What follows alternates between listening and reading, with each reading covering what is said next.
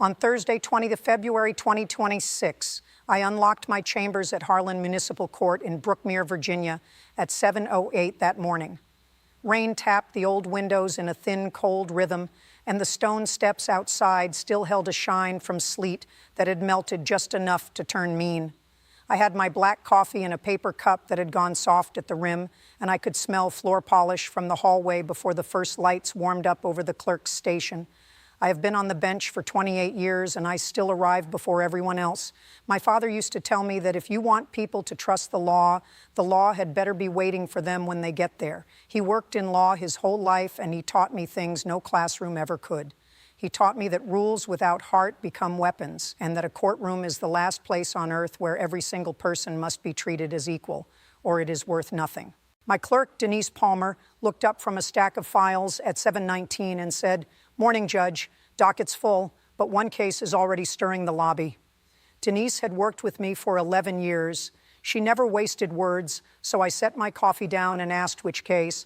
She slid the top folder toward me, Municipal Docket 26M1847, with a related traffic file, 26TR5512. The name on top was Camille Renee Ashcroft. When I stepped into courtroom 2B at 8:27, I saw her before I sat down. Some people enter a courtroom looking worried, some ashamed, some frightened, and some so tired they barely know where they are. Camille Ashcroft, age 43, came in looking like the room had been built for her convenience. She wore a cream Tom Ford dress under a camel cashmere coat, Balenciaga heels sharp enough to sound like nails on the tile, and a gold Rolex day date that flashed each time she moved her hand. Her orange Hermes Birkin sat on counsel table like it had better rights than half the people in the gallery. Before I tell you what she did, I want to ask you something softly. Have you ever looked at someone and known in one quiet second that they were already deciding who counted and who did not? Her lawyer, Preston Vale, followed 2 steps behind her, carrying a slim leather briefcase and the strained smile of a man who had billed a lot of hours for a client who would not listen. Camille kept her sunglasses on top of her head, even after Leon Brooks, my bailiff, told everyone to stand. She gave one quick look around the room, not to understand it, but to measure it. The gallery was half full that morning, and I could feel the small shift that happens when ordinary people spot wealth in a place where money is supposed to mean nothing. Then I saw Harold Bennett. He was already seated at the far end of the first row, hat in his hands, back straight, despite the pain I could tell he was hiding. Harold was 62 years old, a retired Army Sergeant First Class with 22 years of service. He wore a navy blazer that had been brushed carefully but had shiny elbows, a white shirt buttoned all the way up, and a brown tie with a tiny stain near the seam like he had tried to clean it and could not quite win. His left pant leg fell over a prosthetic limb, and beside his polished black shoe leaned a cane with a cracked rubber tip. He did not radiate anger, he radiated effort. Some people spend all their strength simply staying dignified in public, and Harold Bennett was one of those people. He worked nights as the lead custodian at Jefferson Middle School on Oak Street, 28 hours a week, and every other Saturday he fixed broken folding chairs and loose rails at Holy Grace Church for extra money. Since his daughter Leah died in May of 2023, he had been raising his 9-year-old granddaughter Maisie Bennett in a small brick duplex on Alder Lane while trying to keep up with mortgage payments that had fallen behind by exactly $1,183.47. He was also there because on Monday, 17th of November 2025, at 10:47 p.m., he had driven to the Brookmere Veterans Pharmacy Annex at 214 East Mercer Street after finishing a late shift at the school. He needed to pick up 2 things before the pharmacy closed at 11. One was his own replacement prosthetic liner. The other was an albuterol inhaler refill for Maisie, who had asthma and slept with a purple spacer beside her pillow. It was 38 degrees that night with a hard wind out of the north, and the black top in the pharmacy lot held puddles that caught every headlight like broken glass.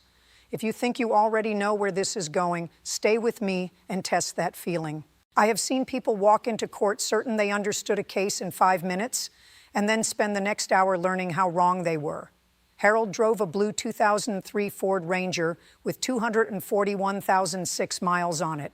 It had a veteran plate, a cracked right tail light taped with red film, and a fold-out aluminum transfer ramp he used when curbs were high and his balance was bad.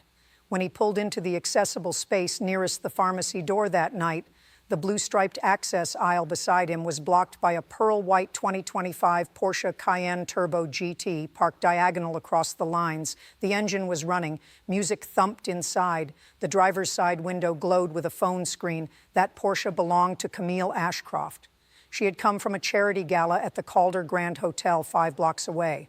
She had posted at least 3 times that evening on Instagram under the account name A Camille at Command, where she had 318,000 followers and a habit of smiling into cameras as though daily life were a private stage.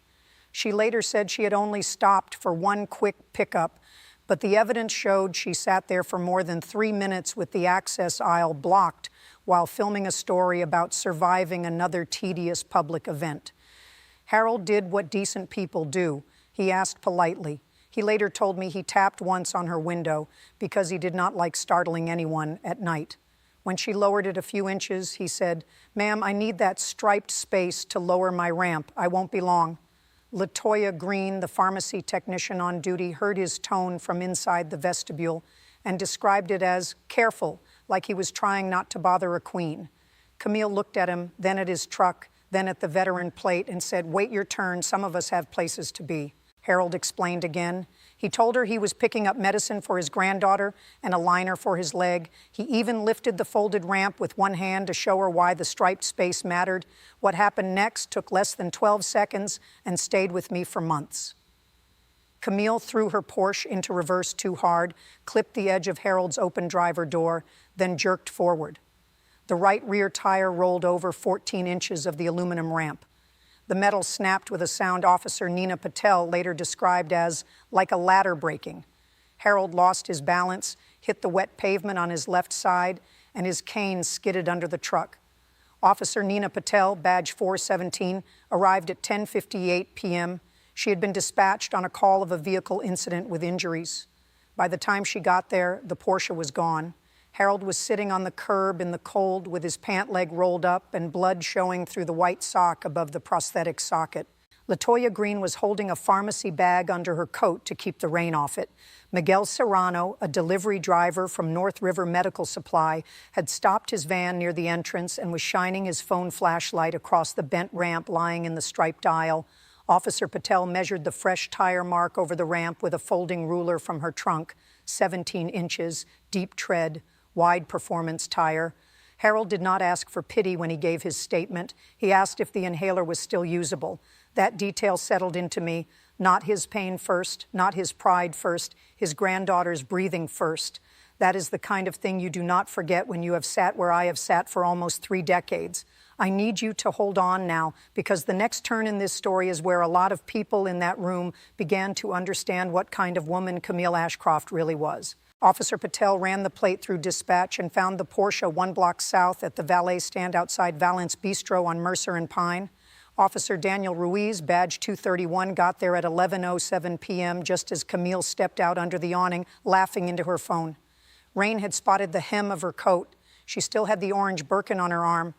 The right rear tire of the Porsche carried a thin silver streak. When Officer Ruiz asked if she had been involved in an incident at the pharmacy annex, she looked him up and down and said, "I am the wife of Major General Thomas Ashcroft. I suggest you choose your next words carefully." She was not arrested that night, and in a way that mattered later. She was issued summonses after both officers completed their reports, and the city prosecutor reviewed the surveillance request. The charges were simple on paper: reckless driving in a private lot, destruction of property under $1,000, simple assault, and filing a false report after she told officers Harold had charged her vehicle. But simple on paper is not always simple in truth. Before the sun was up on 18th November, Denise Palmer had 3 voicemails from men identifying themselves as from the general's office, each asking why a misunderstanding had not already been cleared.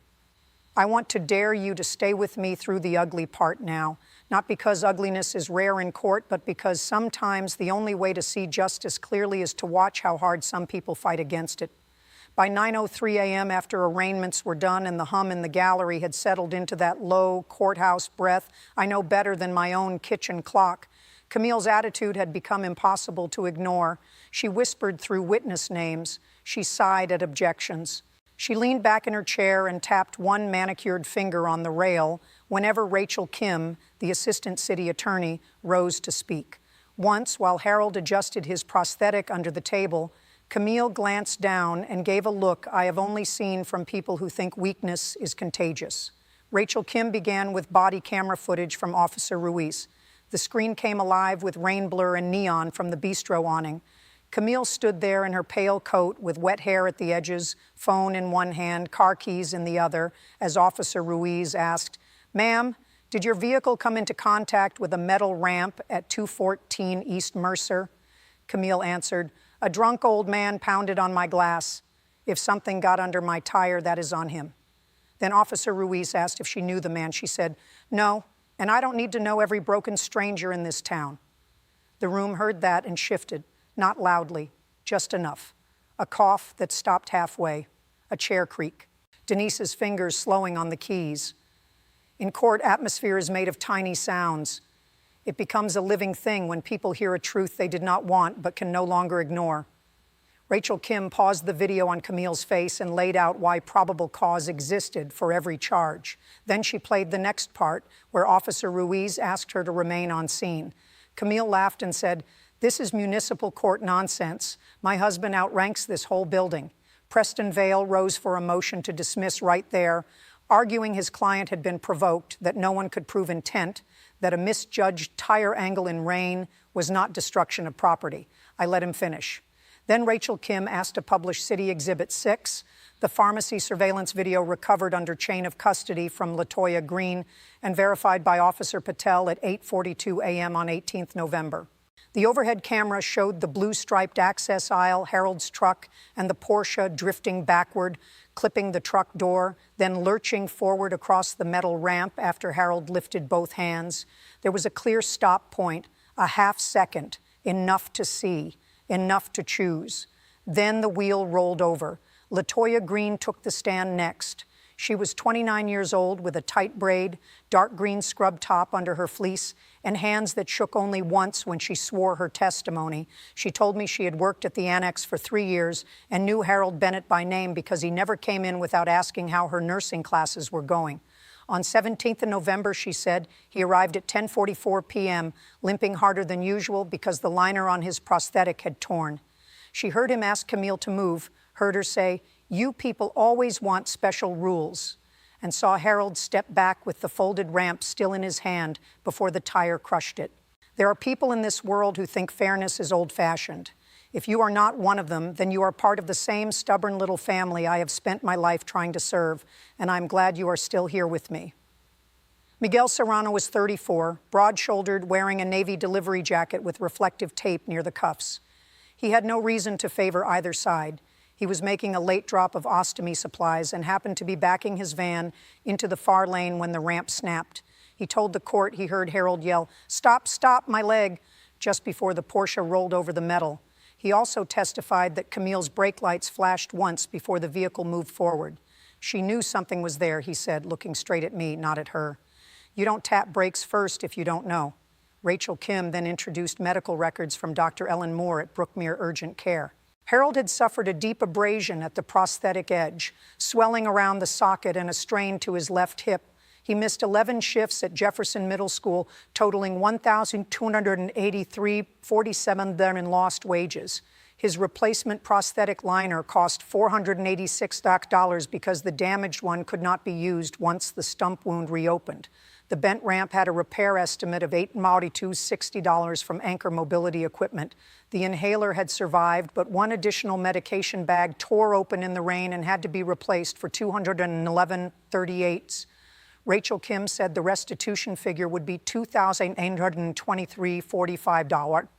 Harold stared at his hands while she read the number. At 10:41 a.m., the first real crack in Camille's composure showed. Not remorse, irritation. When I denied Preston Vale's motion to dismiss and found more than enough probable cause to proceed, Camille leaned toward her lawyer and whispered too loudly, "This place is traffic school with wood paneling." A murmur rippled through the gallery. Leon Brooks took one step forward without looking at her directly. Denise kept typing. I looked at Camille and said, "Mrs. Ashcroft, you may think little of this court. You will still behave in it." She rolled her shoulders back and smiled the kind of smile people use when they mistake patience for weakness. Then Denise handed Rachel Kim a printed transcript of one of the early morning voicemails. The call had come in at 6:12 a.m. from a blocked number. The male caller identified himself as Captain Ellis from General Ashcroft's office and asked that the matter be handled informally in recognition of the family's service. The second call at 6:24 a.m. used the phrase career consequences if police kept poking at harmless civilian misunderstandings. Rachel Kim told the court she was not yet moving those calls into evidence for the truth of the matter, only to show the pressure that had begun before formal review. If you have ever watched someone use a powerful name like a crowbar, then you know why this next part matters. If not, stay close, because the most telling evidence had not even touched the table yet. Officer Daniel Ruiz testified after the break. He was steady, mid-40s, square glasses, uniform pressed so clean it looked ironed onto him. He described Camille's tone at the valet stand, her refusal to answer plain questions, and her claim that Harold lunged at the Porsche with a piece of metal. Rachel Kim asked if Harold appeared intoxicated when officers reached him. Ruiz answered, "No, ma'am. He was calm, cooperative, and focused on whether his granddaughter's inhaler was safe." That landed hard. Even Camille's lawyer looked down at his notes. Then Harold Bennett took the stand. He moved slowly to the witness chair, careful with his left side, and settled with one hand on the armrest as though asking permission from the room not to let pain make a scene. Up close, he looked older than 62 and stronger than that at the same time. His hair was silver at the temples, his jaw still broad, his hands rough from bleach buckets, wax machines, and years before that carrying things men were never meant to carry. When Rachel Kim asked about his service, he answered simply, "Army, 22 years, retired as Sergeant First Class, lost my lower left leg outside Mosul in 2007. She asked about his home life. He did not perform grief. He laid it down carefully. His wife, Carol, had died in 2018. His daughter, Leah, had struggled with pills after a back injury and died in 2023. Since then, he had raised Maisie, who was 9, and loved science books and pancakes cut into stars. He worked nights because the school schedule let him be home in the morning when she woke up. He said the old truck mattered because he could not afford another. Then he said something I wrote down in my own hand. I do not ask strangers for much. I asked that lady for 2 feet of striped paint. When Rachel Kim asked him what hurt most that night, he did not mention the fall first. He said, the way she looked at me after. He swallowed once and kept going. Like I was the mess, not the man she had just knocked into it. The room got very still.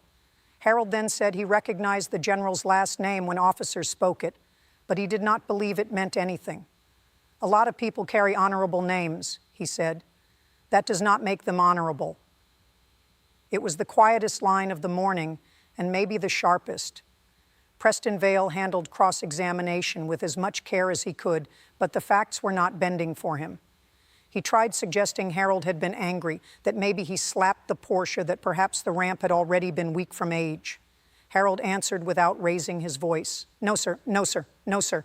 When Vale asked if he had maybe exaggerated the injury because he needed money, Harold lifted his eyes for the first time and said, I needed to get to work. Missing work is what cost me money. Some truths do not sound dramatic, they sound tired. I want you to look in the mirror for one heartbeat here, not at Harold, not at Camille, but at yourself. When life has bruised you, do you become smaller and kinder, or do you start swinging your pain like a weapon? That question sat in my chest all through that day. Camille still would not yield. During redirect, as Harold eased himself down from the stand, she said under her breath, if he stayed in his lane, none of this would have happened. She said it just loud enough for 3 jurists in the back row to hear it, though there was no jury in that room, only citizens waiting on their own matters and learning something about power. Leon Brooks turned his head a fraction. Denise stopped typing for half a second. I told Camille plainly that one more outburst would place her in contempt. She looked at me as if contempt were a word designed for other people. That was when Rachel Kim said, "Your Honor, the city moves to admit Exhibit 14, certified social media records received by subpoena from Meta platforms with timestamp verification." Preston Vale's shoulders fell before the exhibit even reached him. Rachel Kim explained that the records concerned an Instagram story posted from Camille's account at Camille at Command at 11:14:32 p.m. on 17th of November 2025, 26 minutes after the incident and 7 minutes after Officer Ruiz first made contact at Valence Bistro. She asked permission to publish a still image and transcript.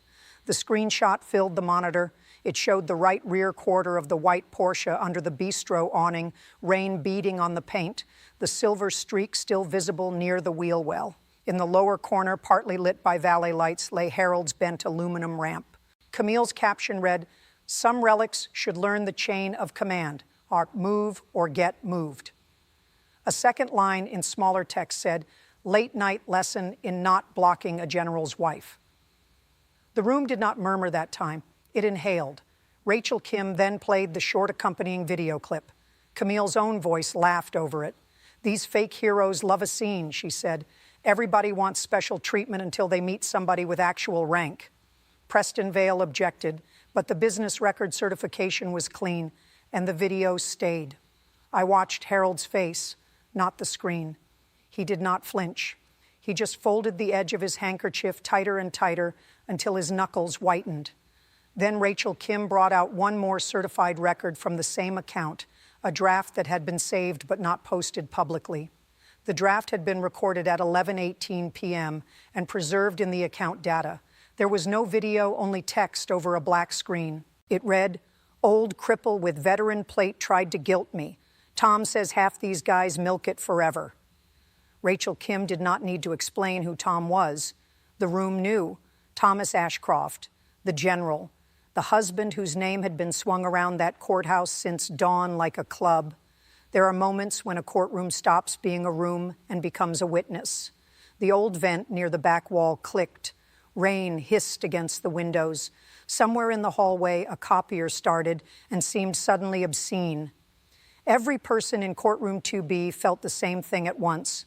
What had looked like rude entitlement was beginning to show its full shape.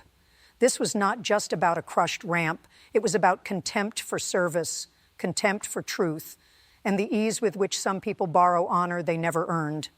Camille stood before her lawyer could stop her. Her face had gone red under the powder, and the soft, rich polish was gone from her voice. "This is ridiculous," she snapped. "You people are acting like I ran over a saint. It was a parking lot. He was milking it, and this little court wants a spectacle." I told her to sit down. She did not. She looked right at me and said, "You small-town judges love pretending to be pillars of justice because somebody gave you a robe and a raised chair." The words hung there ugly and bright. You could hear the heat click in the baseboard and the rustle of one man in the gallery lowering his newspaper. I told her very calmly, "Mrs. Ashcroft, you are now in direct contempt of court. You will sit down, and if you rise again without permission, I will have you taken into custody and set a same-day bond hearing downstairs." That got through to her in a way dignity had not. She sat. Preston Vale asked for a 10-minute continuance so he could speak with his client. I granted 12, not for him, for the room. The gallery needed to breathe. Harold Bennett needed a moment to stand and shift the pressure off his left hip, and I needed to read the note Denise Palmer had just placed by my hand. It said, in her neat square writing, "Uniformed officer from Fort Halston requesting permission to address subpoenaed service records. Says urgent." I looked through the glass at the hall and saw the dark green dress uniform before I saw the face. Colonel Adrienne Cole entered my courtroom at 11:36 a.m. sharp when we reconvened. She was 51, staff judge advocate for Fort Halston, shoulders level as a ruler, ribbons precise over her heart, silver hair pulled tight at the back of her neck. She carried a flat archive box and a sealed envelope with federal markings. People notice uniforms in a different way than they notice suits. The air changed before she ever took the stand. Even Camille, who had spent all morning acting bored by other people's titles, went still when that colonel walked in. Rachel Kim explained that Fort Halston had responded to a late subpoena after the social media records referenced Tom in connection with wounded veterans. Colonel Cole had flown back from Norfolk at dawn. She swore her testimony in a clear voice and said she was there to authenticate military service records, an internal command review memo, and one commendation packet that bore the signature of then Lieutenant Colonel Thomas Ashcroft, dated 19th of September 2007. Preston Vale objected on relevance. I overruled him. Relevance had just walked through the door in dress uniform. If this story has reached into that place inside you where fairness still matters, send it to the one person you know who has started to believe decency does not count anymore. Some days it is the only thing that counts. Colonel Cole opened the file and read slowly as if she understood that some sentences deserved to be carried with both hands. Sworn statement of Lieutenant Colonel Thomas Ashcroft, 19th September 2007. On 14 September 2007, at approximately 2:23 a.m. outside Mosul, Iraq, after an IED strike on Route Vernon, Sergeant First Class Harold Everett Bennett entered an exposed kill zone, removed me from a disabled vehicle under continuing small arms fire, applied a tourniquet, and remained with me until medical evacuation. His actions directly saved my life. No one in that room moved. Then she placed a photograph on the document camera. It was grainy, desert dark, stamped 14 SEP 2007 AO229. In it, a younger Harold Bennett, his face smeared with dirt and blood, sat half-propped against a broken wheel assembly with one arm around a dazed, bleeding Thomas Ashcroft. You could see the torn fabric near Harold's lower leg. You could see his jaw clenched against pain. You could see, even through the blur, that he was holding another man upright while his own body was failing. Harold did not look at the screen right away. He kept his eyes on the witness stand, then on his own hands, then finally up for 1 second only. I watched his mouth press into that hard, straight line people get when memory touches a wound that never really sealed. Rachel Kim asked Colonel Cole if the record had ever been disputed. No, she said. The Army accepted the facts. Sergeant Bennett received a Bronze Star with Valor Device and a Purple Heart. Lieutenant Colonel Ashcroft personally recommended both. The feeling in the room changed right there. It did not merely deepen, it turned. Up to that point, people had been angry on Harold's behalf because he was decent and Camille had been cruel. Now they learned she had mocked, injured, and abandoned the very man whose courage had once kept her husband alive. I have seen silence mean boredom, fear, grief, and contempt. That silence was something else. It was moral recognition arriving all at once. Rachel Kim asked one more question. Colonel Cole, was the command aware of any outreach from General Ashcroft's office to this courthouse on the morning of 18th November 2025? Cole unfolded the sealed memo. Yes. At 6:12 a.m. and 6:24 a.m., calls were made by personnel attached to General Ashcroft's administrative office. Those calls were not authorized. An Inspector General inquiry was opened on 20th of November 2025 for attempted improper influence in a civilian proceeding. What I want to know from you now is simple, and I mean it. At what point does a person stop being rude and become dangerous? I would read your answer if you wrote it on the back of a grocery receipt. Camille leaned forward before anyone called her name. The Polish was gone from her, all of it. Her cheeks had blanched under her makeup, and her fingers were gripping the edge of the defense table so hard the gold watch on her wrist had slid halfway into her hand. I did not know it was him, she said. Tom never said it was that one. The words came out too fast, and in trying to help herself, she only made the room hate her less abstractly and understand her more clearly. To her, Harold had not been a person first. He had been a category. Rachel Kim did not raise her voice. She almost never had to. Mrs. Ashcroft, she said, whether you knew his name or not, you called him a fake hero, an old cripple, and a relic. You left him injured in the rain. You posted about it. You used your husband's office to lean on this court. Which part would you like explained further? Even Denise Palmer's keyboard stopped then. Leon Brooks stood with his hands folded in front of him, eyes fixed on the back wall the way good bailiffs do when tempers start skating near the edge. Preston Vale requested another continuance, saying the defense had not expected military records and needed time to review possible prejudice. Rachel Kim reminded me that the defense had already received one continuance on 9th of January 2026 after rejecting a plea agreement that would have resolved the matter with full restitution, suspended jail time, driver retraining, and 80 hours of service at the Veterans Clinic. Camille had called that offer performative charity, according to an email Rachel had attached to the earlier filing. I denied the request. Delay was not going to turn truth back into uncertainty. Then Colonel Cole added the part that raised the stakes beyond even what I had expected. On Veterans Day, 11 November 2024, General Ashcroft had delivered the keynote address at Fort Halston and spoken about a sergeant whose courage taught me what honor means. He did not name Harold publicly, but the archived draft of the speech in command records did. Colonel Cole had the draft. The line was right there. Harold Bennett, the same name, the same man, the same leg lost in the same blast. There are times when you do not need big speeches from me.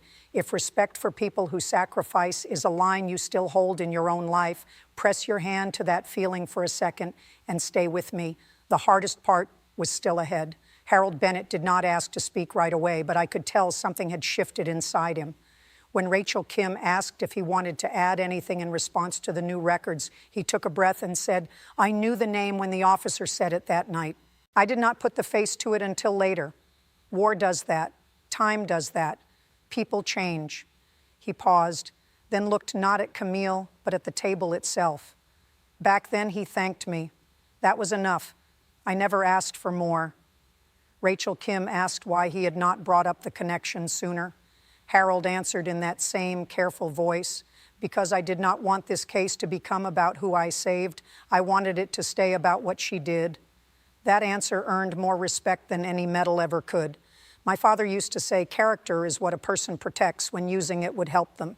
Harold had protected the truth by refusing to dress it up with his own heroism until the record forced it into the open.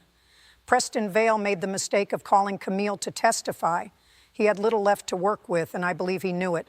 But some lawyers still gamble that a polished client can outtalk the record. Camille rose and crossed to the witness stand in those cream heels, only now they looked less like power and more like costume. She swore to tell the truth with a face that seemed offended by the concept. Her first answer was, "This has been turned into something grotesque." Rachel Kim let her talk. Camille said she had felt threatened in the parking lot, that she posted while upset, that the caption was hyperbole, that the draft about old cripple was private venting never meant for anyone else. She said the calls from the general's office had nothing to do with her. She said the phrase general's wife was being weaponized against a woman because people enjoy cutting down those who stand near power. She almost sounded persuasive if you forgot every document already admitted into evidence. Then Rachel Kim showed her the valet receipt from Valance Bistro, time-stamped 11:05 p.m., with a handwritten note from the valet captain, Jorge Alvarez. He had testified by affidavit that when Officer Ruiz approached, Camille said, "I barely touched that handicapped gadget." Rachel Kim showed her the parking lot diagram. She showed her the brake light flash from the surveillance video. She showed her the post. She showed her the draft. She showed her the false statement she had made to Officer Patel, claiming Harold had swung metal at her hood, even though no impact mark existed on the hood, only on the ramp and truck door. Each answer from Camille grew shorter. I will tell you something I do not say often. In 28 years on the bench, there have been moments when I feared less for the victim than for the soul of the person causing harm, because I could see how long they had gone without hearing the word no. Have you ever met someone like that and wondered what it cost everyone around them? Rachel Kim saved her hardest question for last. Mrs. Ashcroft, when you wrote, "Tom says half these guys milk it forever," were you referring to wounded veterans in general or to the man your husband had once publicly credited with saving his life? Camille stared at her, not at the judge, not at her lawyer, at Rachel Kim. There is a special kind of silence that enters a room when a liar finds the one question she cannot step around. Camille licked her lips and said, "I do not remember the exact context of a private draft." The gallery let out one low breath, almost a groan. That was enough for me. I struck the evasive portion as non-responsive and directed her to answer yes, no, or I do not know. She chose I do not know. It landed worse than a confession. People can forgive weakness more easily than they can forgive cowardice dressed as sophistication. Preston Vale ended redirect in under 3 minutes. Then came the victim impact statement. Harold returned to the stand carrying that same folded handkerchief, and this time his shoulders looked heavier than when the day began. He did not ask for punishment, he asked for understanding. Your Honor, he said, those blue stripes by a parking space are not a courtesy. They are part of my legs.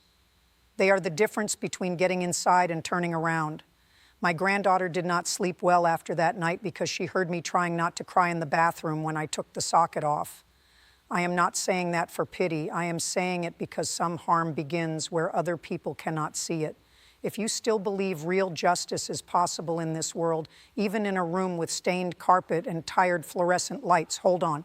Because what I said next and what I did after that would follow all of us long after the file was closed. He went on, I can replace a ramp. I can buy a liner if I skip enough things. What I do not want any child learning is that money makes cruelty cheaper. My granddaughter asked me why that lady was so mad that I needed space. I did not know how to answer her. His voice never cracked. That made it harder to hear. I do not need revenge. I need the court to say that what happened matters. I looked at Camille then. For the first time all day, she had stopped arranging her face. There was fear there now, and confusion, and something like offense that consequences had found her anyway, but there was still no real remorse. I know the difference. Remorse bends a person toward the harm they caused. Fear bends them only toward themselves. She was staring at the photograph from Mosul still frozen on the screen as if it had betrayed her. Rachel Kim rested. Preston Vale, to his credit, did not try a closing argument built on fantasy. He asked for mercy. He said his client had no prior record, that emotion and embarrassment had worsened her judgment, that public humiliation had already done serious damage. He noted her charitable appearances, her work with officers' spouse groups, the strain her family was under because of the military inquiry. He asked me to consider probation, restitution, and no active jail time. He did not once call Harold a liar. He knew better now. Then Camille asked if she could address the court again. I almost said no, but sometimes people show their truest self when granted one last chance to be human. I allowed it. She stood, smoothed the front of her Tom Ford dress with both hands and said, "This has spiraled because everyone here wants a symbol. I made a bad call in a parking lot, that is all. I am not some monster because I refuse to bow to a stranger waving a metal frame at my car. And frankly, Your Honor, the court enjoys dragging people like me because it makes ordinary people feel powerful for a day." Not a soul moved after she finished. No gasp, no murmur, nothing. Even cruelty can exhaust a room when it keeps choosing itself after every warning. Leon Brooks shifted his weight once, very softly. Denise Palmer set down her pen. Harold looked at the floor. Colonel Cole kept her face still in the way officers learn when feeling must wait. The old vent clicked again. Rain had stopped sometime during testimony, and in the hush, after Camille's words, you could hear water sliding off the courthouse gutters outside. Then the silence became complete. It was the kind of silence that makes people aware of their own heartbeat. Something had been said that no decent person in that courtroom could make smaller or explain away. I let it stand for a full 10 seconds before I spoke. Stop whatever else is trying to tug at your mind and sit still with me here. Really listen now. Some moments in a courtroom do not ask for attention. They demand witness. When I began, I did not begin with anger. Anger is easy. A judge who reaches first for anger usually reaches last for wisdom. I took off my glasses, folded them on the bench, and looked at every face in front of me one by one. Harold Bennett with his handkerchief, Rachel Kim with her file closed, Preston Vale already knowing he had lost, Camille Ashcroft trying very hard to look untouched, Colonel Cole sitting straight in that uniform, Denise by the side desk, Leon near the rail, a room full of citizens who had come in for small matters and ended up watching something much larger. My father taught me, I said, that the law is not a ladder for the important and a trapdoor for the weak. It is supposed to be level ground. That only works if people with power are held to it with the same force as people without any. No one wrote that down in front of me, but I saw several heads lift at once. Mrs. Ashcroft, this case began as a parking lot incident. It is no longer only that. It is also a lesson in what happens when status convinces a person that inconvenience is injustice and another person's need is an insult. I reviewed the findings slowly so no one could pretend later that they had missed a step. I found beyond a reasonable doubt that Camille Renee Ashcroft, age 43, had recklessly operated her vehicle on 17th of November 2025 at 10:47 p.m. in the parking lot of 214 East Mercer Street. I found that she had intentionally driven over equipment necessary for Harold Bennett's mobility after being told exactly why that space mattered. I found that she had made a knowingly false statement to responding officers. I found that her public post at 11:32 p.m. and her saved draft at 11:18 p.m. revealed her state of mind more clearly than any apology ever could, and I found her earlier outburst to be contempt of court. Then I spoke about the part most people avoid because it requires moral language in a legal room. What you crushed that night was not only aluminum, I said.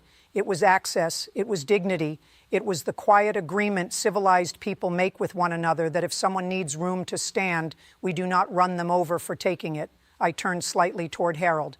Mr. Bennett did not use his service to ask for more than the rest of us. He asked for the exact amount of space the law already gave him. That request should have been met with ordinary decency. Instead, it was met with contempt.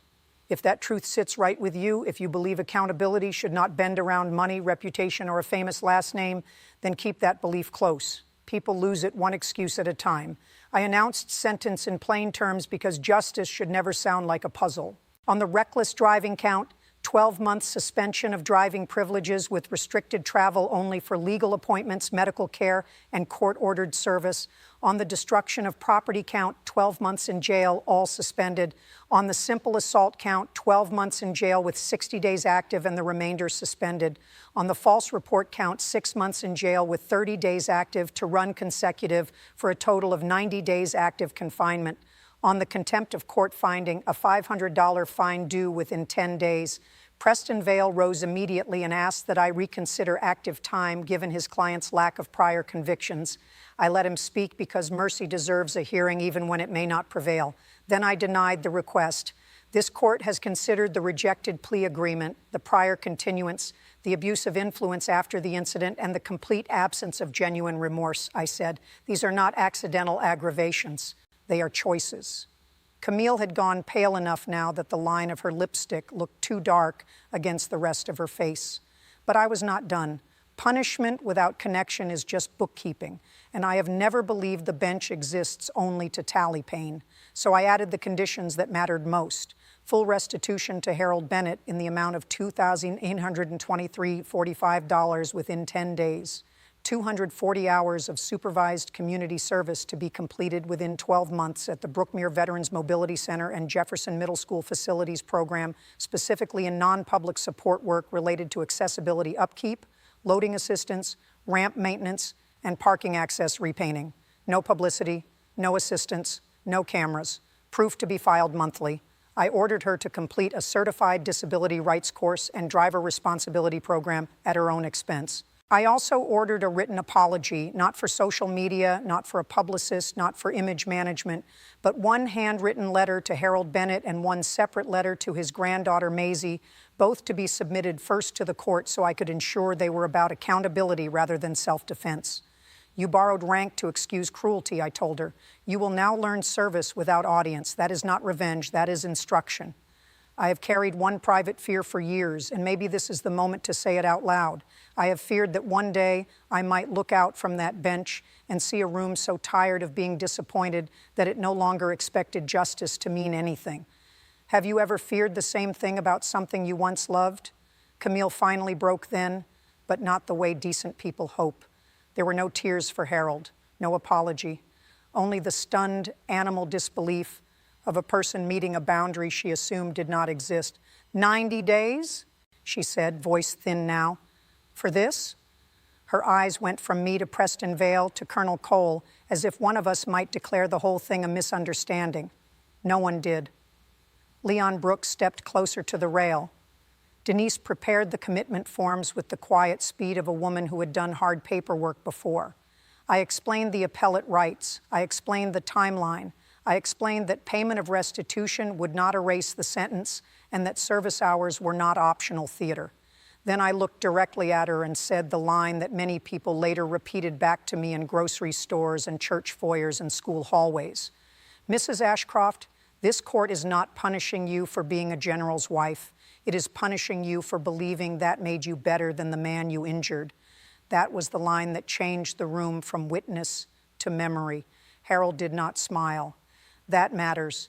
Vindication rarely looks like triumph on people who have suffered honestly. He simply closed his eyes once and let out a breath through his nose. Rachel Kim put one hand over her file and lowered her head. Colonel Cole remained still, but I saw her jaw tighten at the edges. In the back row, an older woman waiting on a housing citation wiped both eyes with a grocery receipt. Nobody clapped. Courtrooms are not theaters. They are better than theaters when they work. Camille's wrists were not cuffed in front of the gallery because I saw no need to make punishment theatrical. I ordered that she be remanded with dignity. Even then, I would not let the system become the thing she had accused it of being. Leon Brooks approached her side and said, "Ma'am, this way." She stood on shaky Balenciaga heels that no longer made the same sound on tile. Preston Vale gathered her Birkin bag and briefcase because her hands had stopped functioning as elegantly as they had begun the morning. Before the deputies led her out, she turned back once. I have replayed that glance in my mind many times. It was not hate, not exactly. It was bewilderment, the pure kind, the kind worn by a person who has lived too long without being measured by the same stick as everyone else. I do not say that with pleasure. It is a tragic expression on any face, but tragedy is not immunity. Then came the quietest human moment of the whole day. After the gallery cleared and Denise finished the minute order, Harold Bennett asked if he might approach. He moved with that careful half limp toward the bench rail, hat in both hands, shoulders suddenly looking older than they had under oath. "Your Honor," he said, "I know you hear people thank you all day. I did not want to leave without saying it." His voice was rough now, the first roughness I had heard from him. I told him, "Mr. Bennett, go home and have dinner with your granddaughter. That will thank me more than words." He gave one of the smallest smiles I've ever seen and said, "She likes pancakes for supper when she thinks she got away with something." I said, "Then let her get away with it tonight." He nodded. As he turned to go, he added, almost to himself, "Those 2 feet of striped paint mattered after all." I thought about that sentence long after he left.